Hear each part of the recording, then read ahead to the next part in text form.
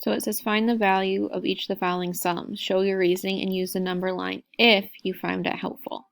So a lot of people today didn't use the number line. They just changed what they needed to change. So in the first one, we have 5/10 plus 1/10 equals, well, they're both tenths, so I can add them.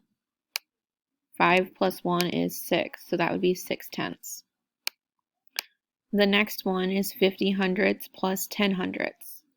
They're both hundredths, so I can add them. 50 plus 10 is 60, so that would be 60 hundredths. The next one, I have tenths and hundredths, so I can't add these without changing one. I'm going to change the tenths to hundredths. So now I have 50 hundredths plus 30 hundredths. 50 plus 30 would be 80, and my denominator is hundredths.